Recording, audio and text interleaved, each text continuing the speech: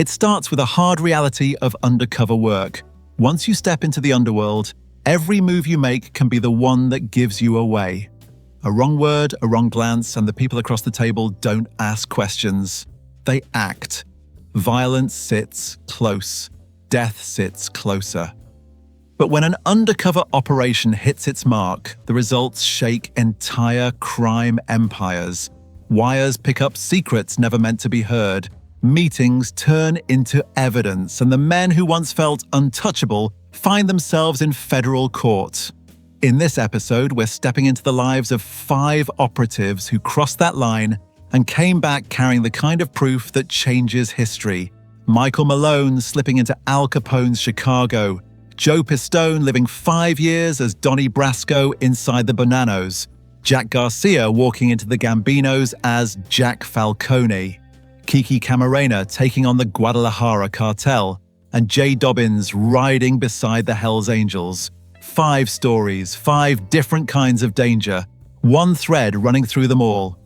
They walked into the lion's den, earned the trust of men who trusted no one, and helped bring entire criminal networks to their knees. This is where their stories begin. If you enjoy our videos, don't forget to subscribe, hit the like button, and share your thoughts about today's topic in the comments. It really helps the channel grow. Let's begin. Michael Malone entered the shadows the way a seasoned actor steps onto a stage he helped build. Every detail of who he was, the son of Irish immigrants, raised among New Jersey's patchwork of European neighborhoods, shaped the kind of man who could disappear into another life and make it look natural. He spoke Gaelic, Italian, Yiddish, and Greek. He carried the dark hair and deep complexion people associated with the Mediterranean. On the street, that meant he blended in wherever he needed to. By the late 1920s, those traits made him exactly the kind of operative the US Treasury Department needed. Al Capone ran Chicago like a fortress, insulated by gunmen, politicians, and a steady river of bootleg money. Getting close to him required someone who could endure the pressure, play the role, and never let the nerves bleed through. Malone fit the bill. His story in the Capone case begins in 1929. The St. Valentine's Day massacre hung over Chicago like a storm cloud, and President Herbert Hoover wanted Capone brought down, not for murder, but for the numbers that trailed behind his empire. Hoover leaned on Elmer Eyre, the calm, analytical chief of the Treasury's intelligence unit. Eyre pulled together a team to build a tax evasion case, placing Special Agent Frank Wilson at the head of it. Malone was one of the men they trusted to operate inside the danger zone. It wasn't Malone's first time working undercover. In the early 1920s, he had learned that slipping into character, whether as a garbage man, a shoe shiner, or a wandering hustler, was a doorway into conversations others never heard. He had already helped Eyre crack a prohibition ring off the coast of San Francisco, posing as a Chicago gangster looking to invest in hot liquor moving in from Canada. He planned a nighttime sting on Rum Row. Speedboats, a mothership, a cash exchange, and a flare that summoned the Coast Guard. When the flare's light faded, the bootleggers were in handcuffs. But Capone was another universe. His home base, the Lexington Hotel, was a warren of guards, henchmen, and loyalists. Getting inside meant looking the part of someone Capone would respect. That's where a group of wealthy Chicago businessmen, the Secret Six, entered the story. They were tired of the violence and corruption. They funneled money to the Treasury team, enough for Malone to cut the figure of a successful outlaw. Tailored suits, silk underwear, a purple shirt, a white hat. A man who didn't ask questions and didn't answer them either. Malone set up shop in the Lexington lobby under the name Mike Lepito. Day after day, he sat with a newspaper and an Italian accent, waiting for the right eyes to land on him.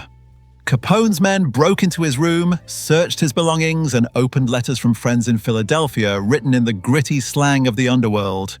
Everything looked authentic. Eventually, one of Capone's men wandered over and asked what he was doing in town. Malone kept it tight. "Keeping quiet," he said. It was the right move. Drinks followed, then poker games, then dinners at the New Florence, then an invitation to the birthday party Capone threw for his top enforcer, Frank Nitti. That night, Malone shook hands with Capone himself and fell in with the inner circle. Nitti, Machine Gun, Jack McGurn, Jake, Greasy Thumb, Guzik, Paul Ricker, Murray the Camel, Humphreys, Sam Golfbag Hunt. Dangerous men, all of them. While Malone played the role of a well-dressed hoodlum, he fed Wilson a steady stream of intelligence. Wilson and his team traced bank signatures and followed paper trails. Guzik went down first, 5 years for tax evasion. Nitti fled, but Malone stayed on him, shadowing Nitti's wife to an apartment building in Berwyn, Illinois. The police moved in, arrested Nitti, and the courts handed him an 18-month sentence. In 1931, after Capone was indicted, Mike Lupito was still embedded. Malone stood in the Lexington lobby the day Capone returned on $50,000 bail, bragging about beating the system. Malone listened carefully. He heard the whispers about bribing jurors. He passed it directly to Wilson. The judge swapped the entire jury list, cutting the fix out from under Capone. Then Malone caught something else. A plan to bring in 5 New York gunmen to kill 4 federal officials, including Wilson. With the warning delivered and precautions in place, Capone told the shooters to leave Chicago. His options were shrinking. Capone's trial opened in October 1931. 4 days later, Malone stepped out of his character. The undercover work was finished. In the courthouse, he learned that Phil DeAndrea, Capone's bodyguard, planned to sneak a gun into the courtroom. Malone and another agent stopped him, disarmed him, and had him arrested. Then the verdict came down. 22 counts, 11 years in federal prison, a $50,000 fine. The biggest crime boss in America was going away. Capone's own reaction carried its own weight. In a Chicago courthouse elevator, he looked at Malone and said, "The only thing that fooled me was your looks. You look like a wop. You took your chances and I took mine. I lost." It was the closest thing to respect Capone ever gave a man working to destroy him. Malone didn't slow down. In 1932, he joined Ira Wilson and Special Agent A.P. Madden in the hunt for the kidnapper of aviator Charles Lindbergh's infant son. Their work traced the marked ransom money and helped lead to Bruno Hauptmann, who was later convicted. In 1933, Malone tracked Waxy Gordon, a New York gangster with a reputation for avoiding accountability, to a cabin in the Catskills. Thomas Dewey took the case into court and secured a 10-year sentence. The following year, Malone slipped into the orbit of Louisiana's political machine. Huey Kingfish Long had built a network held together by power and fear. After Long's assassination, the IRS delivered a tax fraud conviction against Seymour Weiss, one of Long's key operatives. Malone had provided the foothold. His final assignment brought him to Miami Beach with a Cadillac, a bankroll, and the identity of a well-heeled syndicate investor. It led to the exposure of an illegal abortion ring operating across the country, a network the Treasury Department wanted taken apart. Michael Malone died in 1960. Afterward, Frank Wilson, the man who built the case that brought down Capone, said something that summed up 3 decades in the shadows. He was the best undercover agent we ever had. In the world Malone worked in, praise didn't come easy, but he had earned it, story by story, alias by alias, and risk by risk. New York in the mid-1970s was a city running on fumes and fear.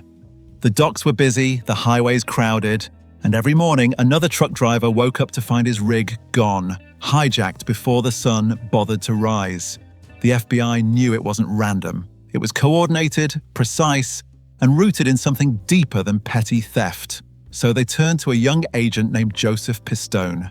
Pistone had joined the Bureau in 1969, steady and capable, the kind of man who didn't flinch when the work got personal. The assignment they handed him in 1976 was supposed to last 6 months.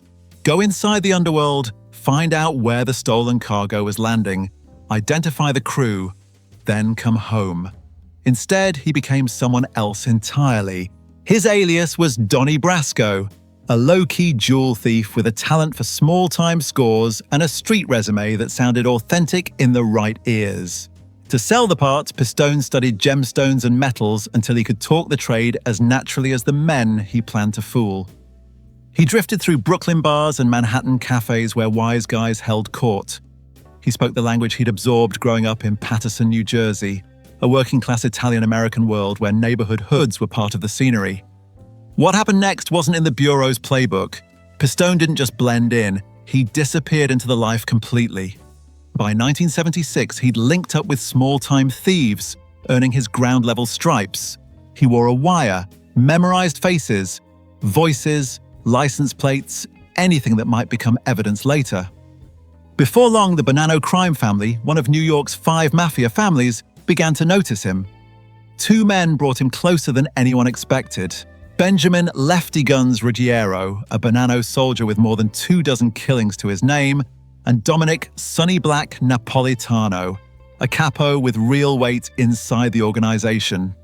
Ruggiero vouched for him. That was the turning point. Once a man like Lefty accepted you, the doors inside the family started to open. The work swallowed Pistone's life.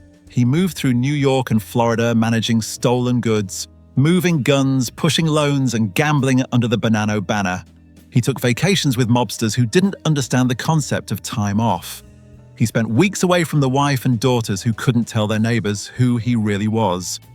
The Bureau eventually moved them out of state for safety. There were moments when the mask nearly slipped.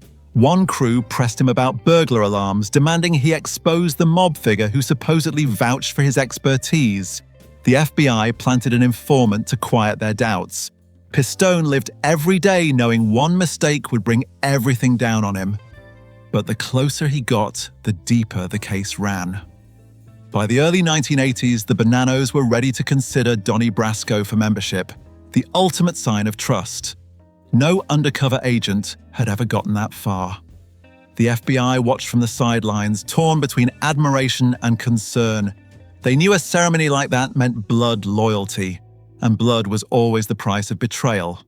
Then, in 1981, the line finally snapped. The family ordered him to kill an enemy. It wasn't a test he could play his way out of.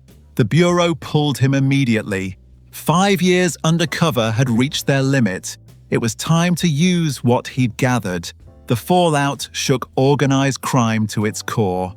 Beginning in 1982, Pistone testified openly in court as Joseph Pistone, not Donnie Brasco.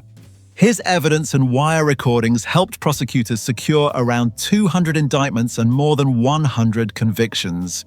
The Bonanno family, embarrassed and destabilized, took a blow so severe that years later, Gambino underboss-turned-informant Sammy the Bull Gravano said the Mafia Commission stripped the Bonannos of their seat at the table. That kind of penalty was rare. The damage was that deep. Pistone's assignment continued to pay dividends. He was pivotal in the Pizza Connection trial, a historic case that exposed heroin trafficking networks operating through pizzerias and funneled money back to Sicilian mafia clans. 21 defendants went down with the help of the man who used to answer to the name Donnie.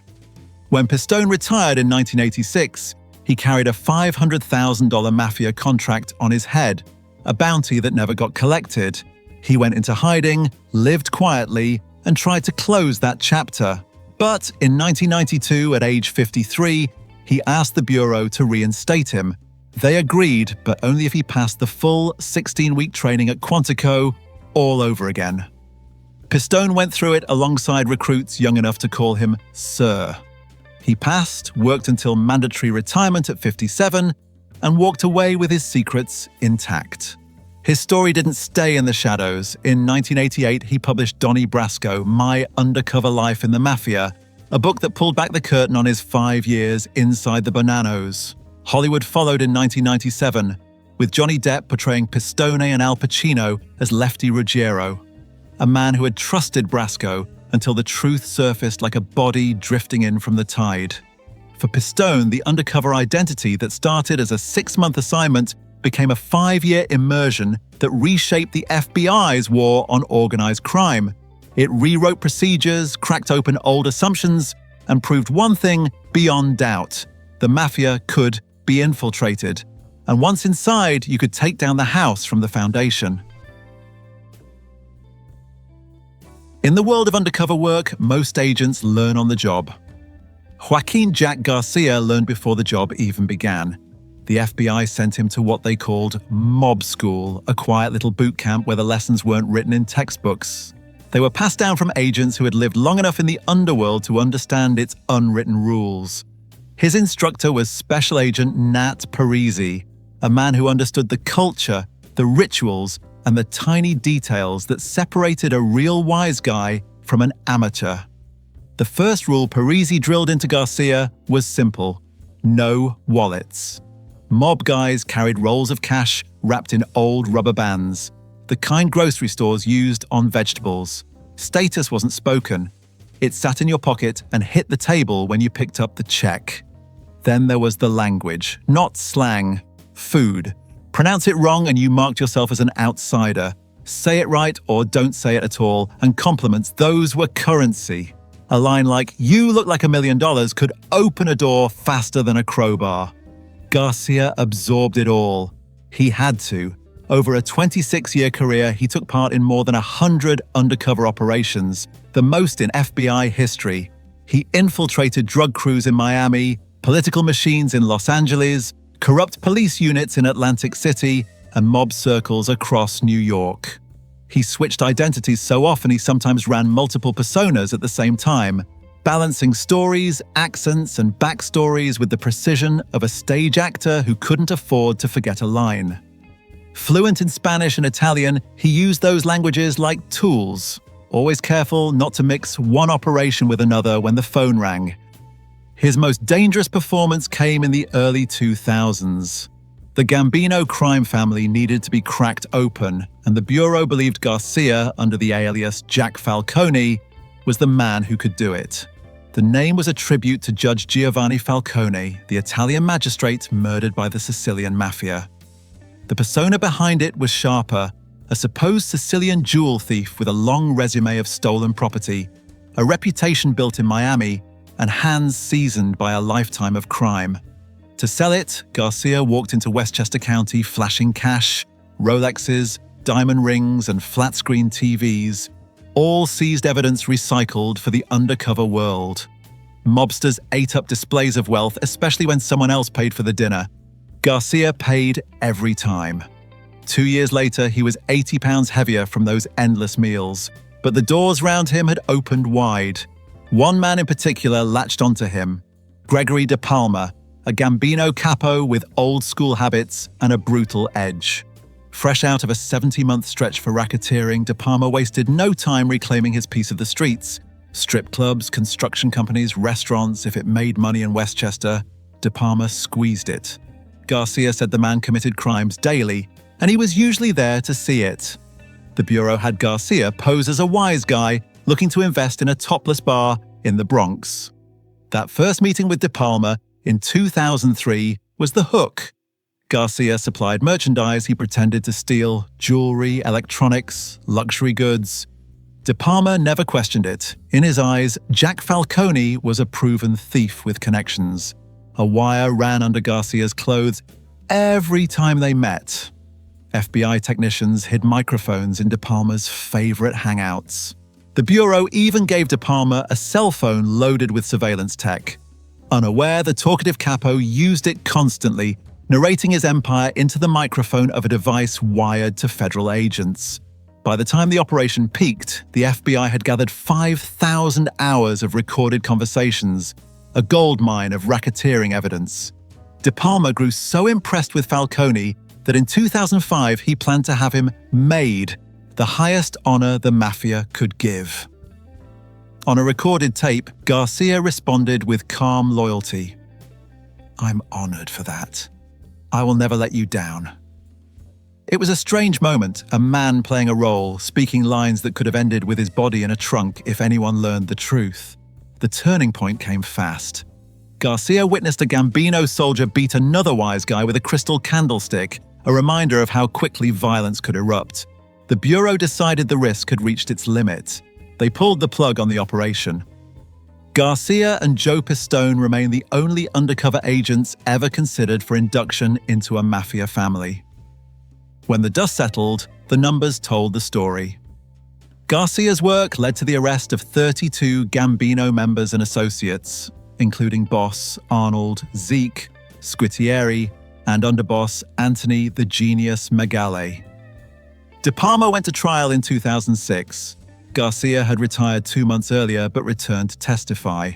The jury convicted De Palma on 27 counts, and the judge handed down a 12-year sentence to a man who had ruled his corner of the Gambinos with a clenched fist. Garcia later told his story in Making Jack Falcone, a memoir that pulled back the curtain on a world he navigated with patience, nerve, and a willingness to risk everything for the case.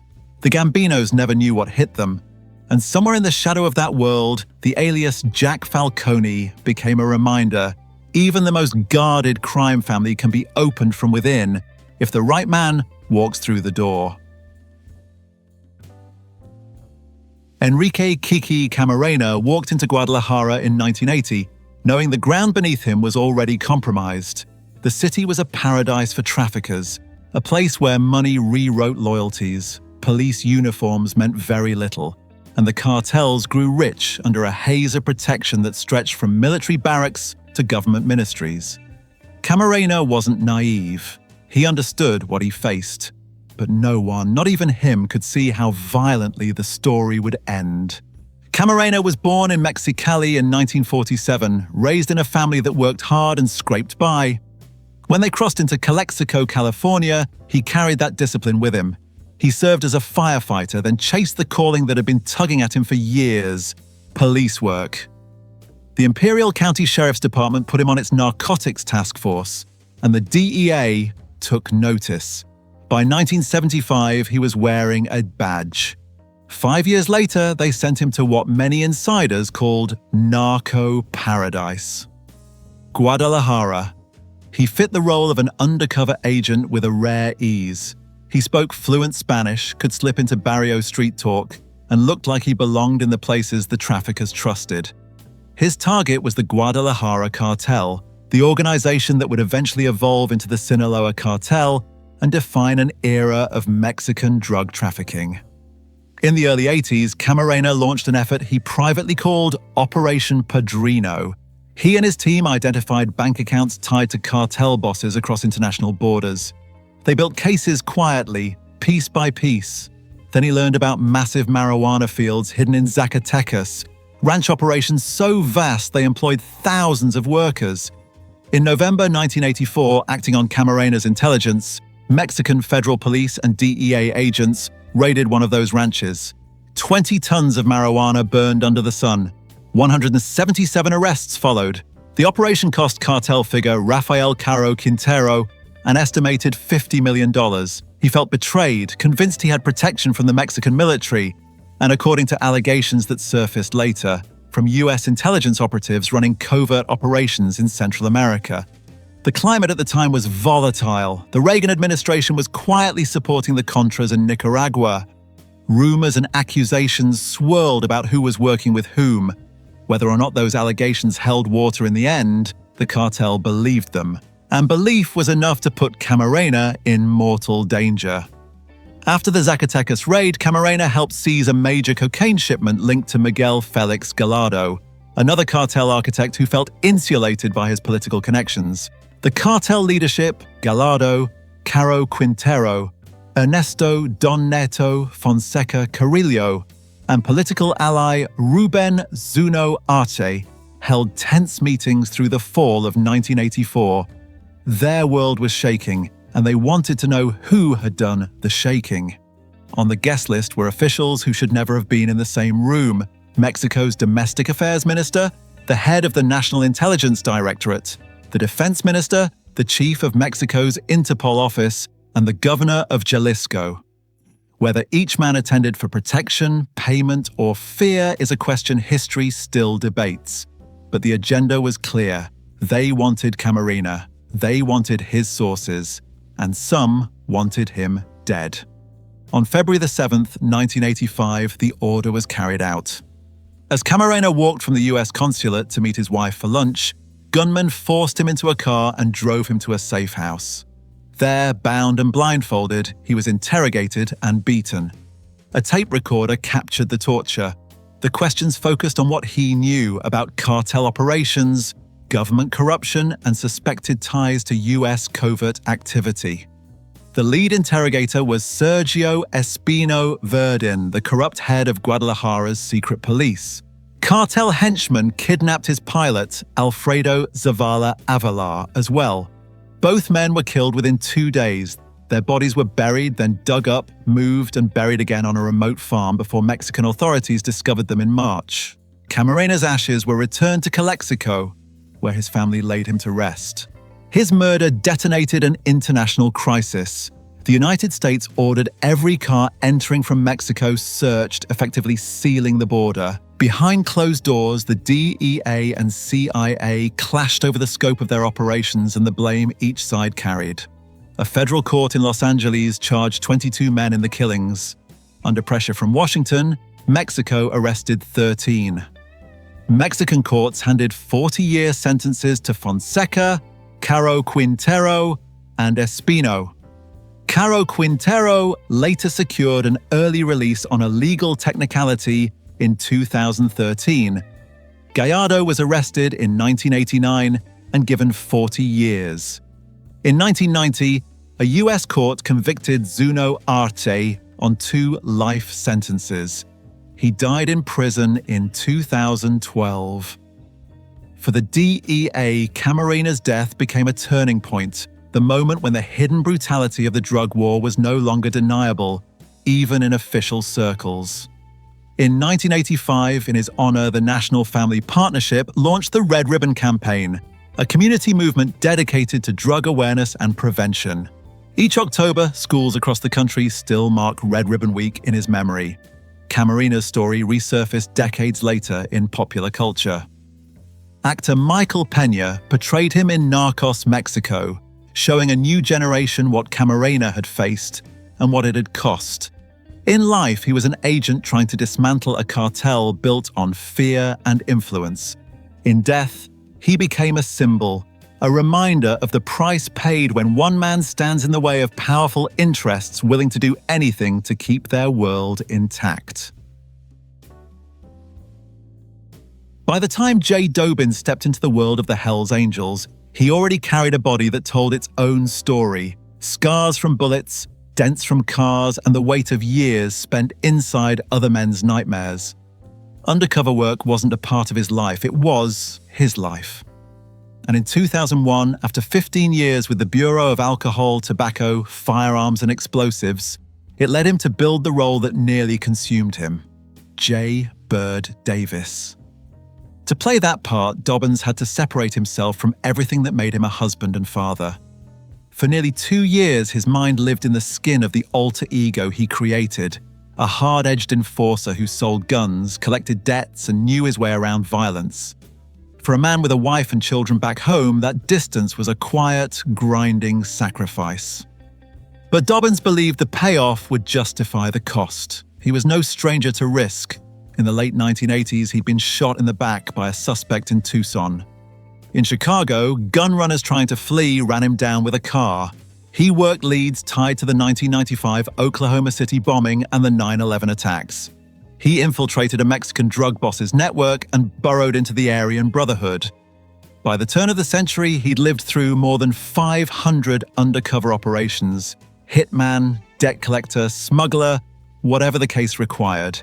Physically, he looked the part. A solid 6'1", broad shoulders, a beard that could belong to any biker posted outside a dusty roadside bar.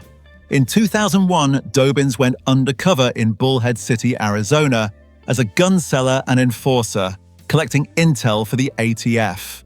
But his trajectory changed in 2002 when Harrah's Casino in Laughlin, Nevada, erupted into a bloody free-for-all between the Hells Angels and their rivals, the Mongols. 3 men died, dozens were injured. The ATF wanted inside the Angels, and Jay Dobyns was the one they chose to try.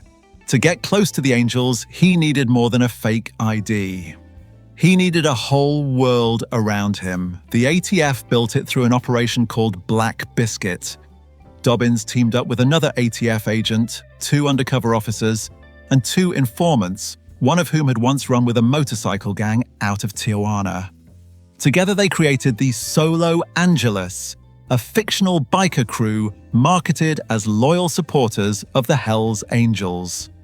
The goal was simple in theory, brutal in practice: convince one of the most violent outlaw motorcycle clubs in the world that Jay Dobyns and his gang were worth bringing into the fold. The clincher was a staged execution. Dobyns and another agent tied up a third undercover officer, covered him in cow's brains and bloody Mongol colors, and photographed what looked like a murder of a rival biker. The Angels took the staging at face value. They opened the door. They started letting Dobyns ride with them. Soon he was burning fuel beside the very men responsible for the Laughlin riot. His physical transformation deepened the illusion. Angels members tattooed his arms. Endless nights of booze and heavy meals added 80 pounds to his frame. He lived the part, breathed it, and buried the man he was beneath the man he needed to be. The Angels trusted him enough to offer membership in their Skull Valley chapter, something no law enforcement officer had ever reached. That level of acceptance came with a cost: proximity to violence. Dobyns rode alongside Gambino-level figures in the biker world, watching them extort businesses throughout northern Arizona. He saw crimes unfold almost daily, each one recorded by the wires he wore and the bugs the ATF planted in Angel hangouts. Operation Black Biscuit lasted more than 20 months and ended with 16 arrests. But inside the Justice Department, things unraveled. Prosecutors argued the ATF had withheld evidence from informants.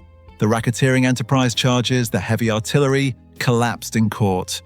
In 2006, the federal government dropped the most serious counts against all but 4 of the 42 Hells Angels connected to the Laughlin riot. Years undercover had delivered hard evidence, but the system that was supposed to use it couldn't stay intact. Then came the battles closer to home. Dobyns filed suit saying the ATF failed to protect him while he worked undercover. In 2007, he won a $373,000 settlement. But the danger didn't end. In 2008, someone firebombed his house in Tucson. His wife and 2 children escaped, but the aftermath cut deeper than flames. The ATF turned its investigation on him. Eventually, investigators cleared him, but the damage was done. In 2014, the year he retired after 27 years of service, Dobyns filed a second lawsuit accusing the ATF of failing to protect his family from threats tied to his undercover work. A federal judge awarded him $173,000, only for the ruling to be vacated during appeals. The judge condemned the conduct of ATF personnel and barred 7 Justice Department attorneys from the case. He ordered more investigation into possible federal misconduct, but he died before it could be completed. His successor accepted a special master's recommendation that the earlier proceedings had been sufficient. The case effectively closed, unresolved in all the ways that mattered to Dobyns. He left the ATF carrying more than scars. He carried a story that stretched from cartel hideouts to biker bars, from courtroom battles to the ashes of his own home. Dobyns eventually set those stories down in writing, one book about his undercover life, another about the war he fought with his own agency.